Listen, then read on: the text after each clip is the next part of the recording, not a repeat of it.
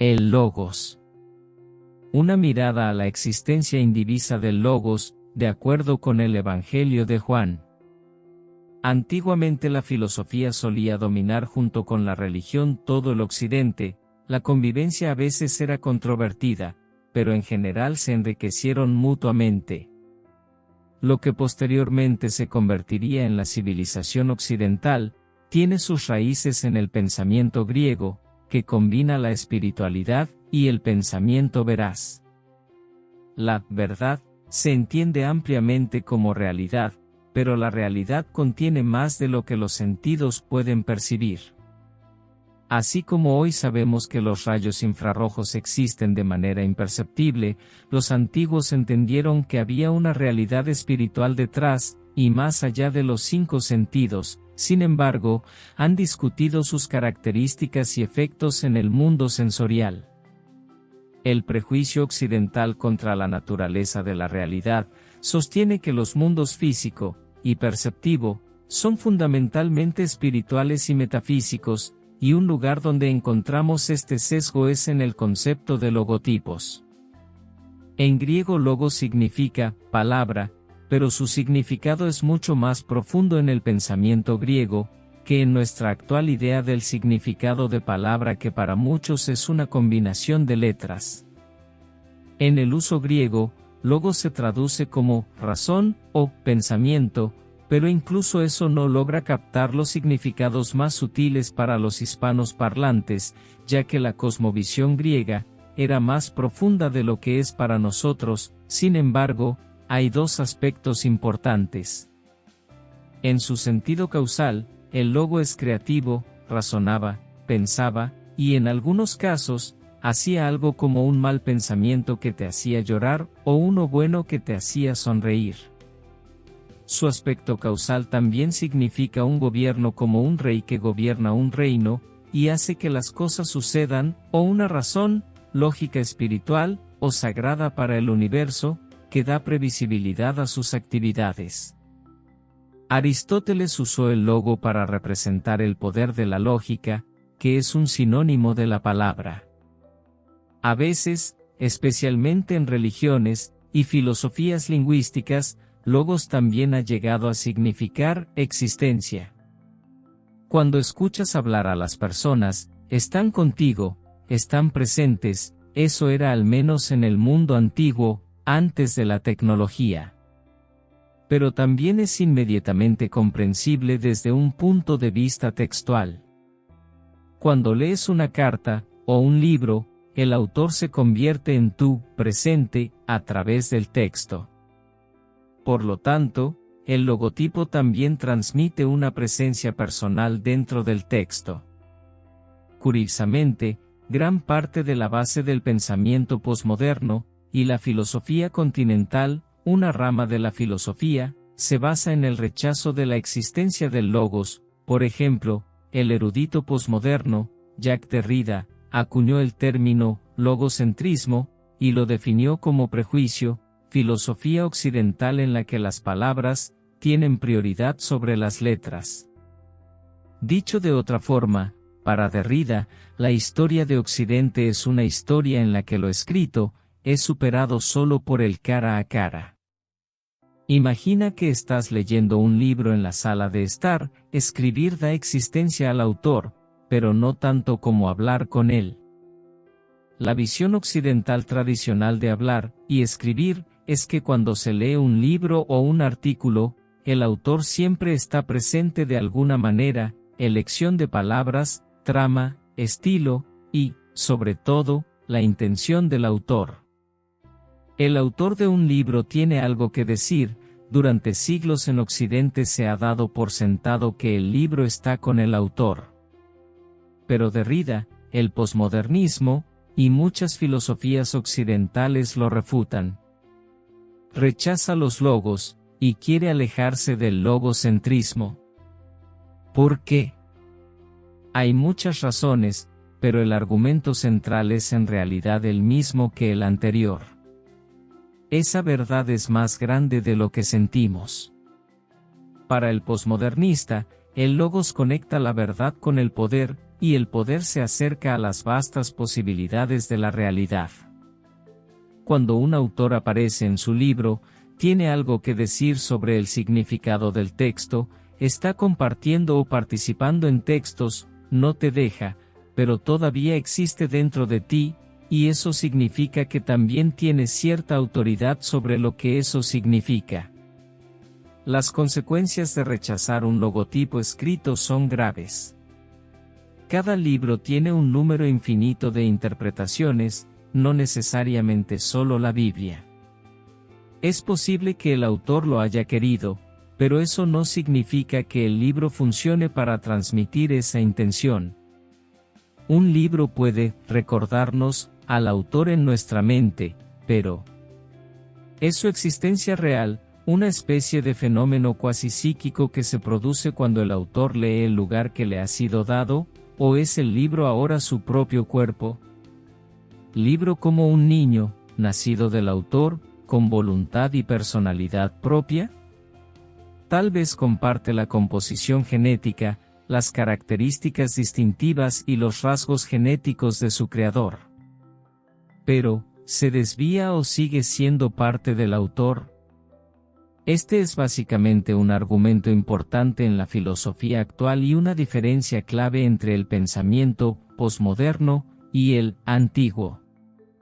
Las consecuencias de rechazar un logotipo escrito son graves.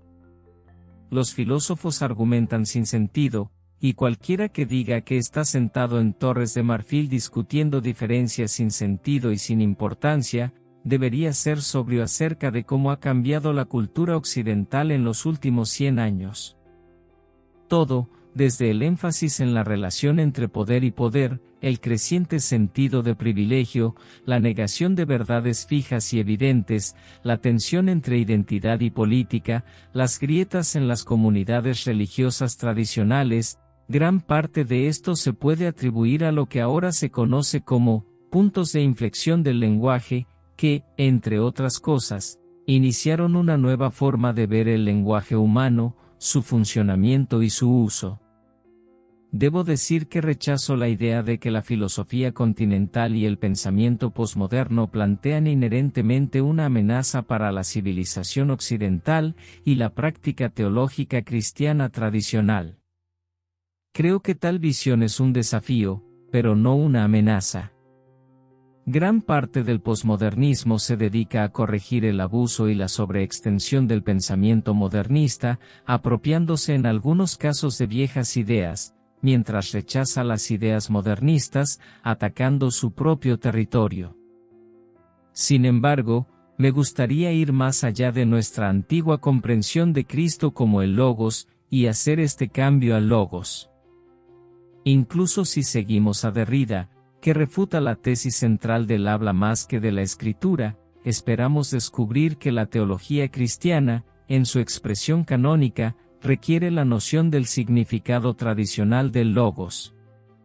Jesús como símbolo proviene de la Biblia misma, en el principio el verbo, Logos, y el verbo, Logos, estaba con Dios, y el verbo, Logos, era Dios, Juan 1:1. Los primeros padres de la Iglesia se apresuraron a señalar las consecuencias de que Jesús fuera el Logos. Justino Mártir fue el primer padre en hacerlo explícitamente. Justino usó la idea de Jesús como el Logos para superar las objeciones de los primeros críticos cristianos, afirmando que significaría que esta crítica acusa a Jesús de ser el Hijo, una criatura de Dios, y por lo tanto una creación de Dios. Justino usó el concepto del logotipo griego, basado en el uso de Juan y el pensamiento griego, para dar una respuesta perspicaz.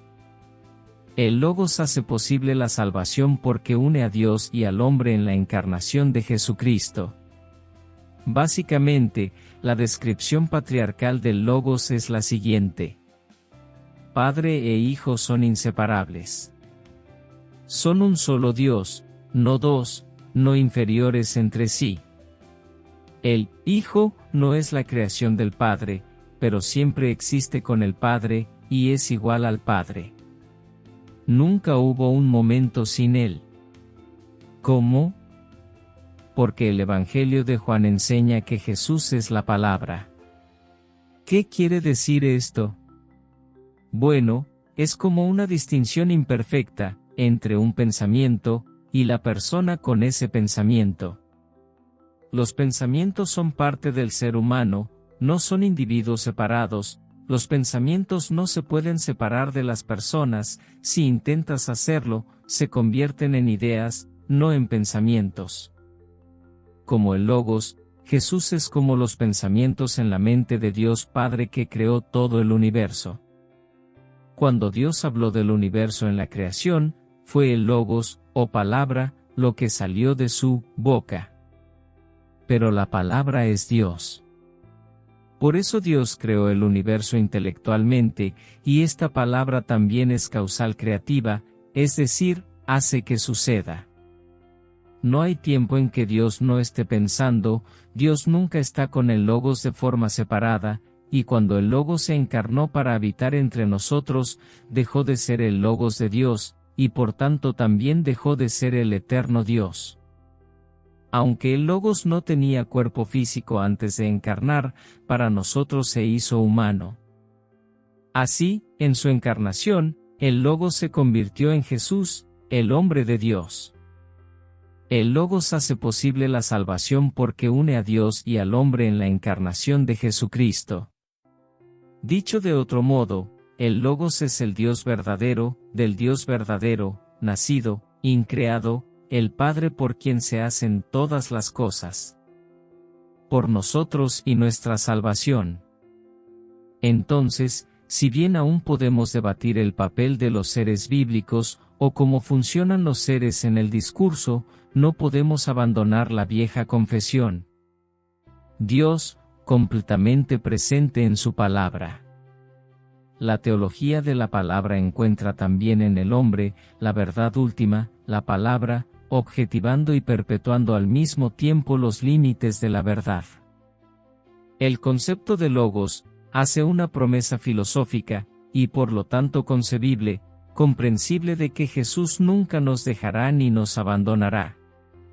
Esta promesa no se trata solo del don del Espíritu Santo, sino también del mismo Jesús, que viene a nosotros por la palabra, y nos invita a ser cabeza y yugo del cuerpo. La teología del Logos es la teología de la existencia indivisa, es el camino unificado y la encarnación es el ejemplo más obvio, pero también es una ventana a nuestra propia gloria. Como dijo acertadamente uno de los padres de la Iglesia, Atanasio, Dios se hizo hombre para que el hombre pudiera convertirse en Dios. Esta es una declaración de unidad y unicidad, la misma unidad que Jesús oró e imaginó en el huerto. La teología del Logos no se refiere a todos nuestros vagabundeos filosóficos recientes, pero cuando se trata de Dios y lo que Él hace, si dice que Dios está aquí y presente en la Iglesia, y es la verdad y la vida.